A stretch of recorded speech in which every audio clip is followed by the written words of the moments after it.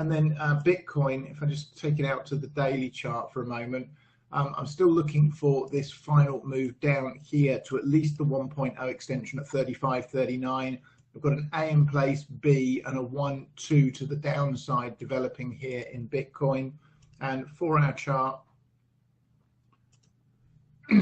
so I'm looking a little higher. There's the 5 down for this one of the final C wave. I'm just looking for this to pop up into this box here, preferably, and then come down. It can get awkward. It can come deeper and give us a B, C up into the box, and then lower in Bitcoin.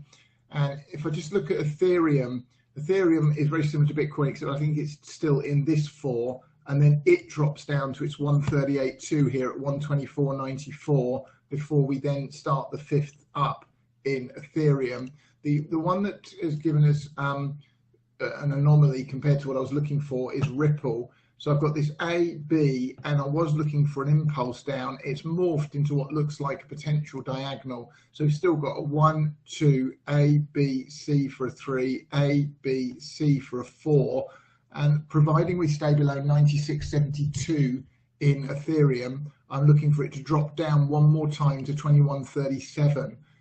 What we need to see next in Ethereum is a move below 37.30 to rule out the idea that we're getting a 1, 2, 3, 4, and a 5. If you see a 5th up and it gives us 3 back into a retrace, for those of you that trade these things, you can go long on that. It means the bottom's in here, just shy of the 1.0 extension. Not really what I'm expecting, because we didn't quite get to the 38.2 retrace of this 3 either. So still looking potentially lower in Ethereum before we start the next leg up generally in the cryptocurrencies. Okay, that's what I've got this morning. I will be back just before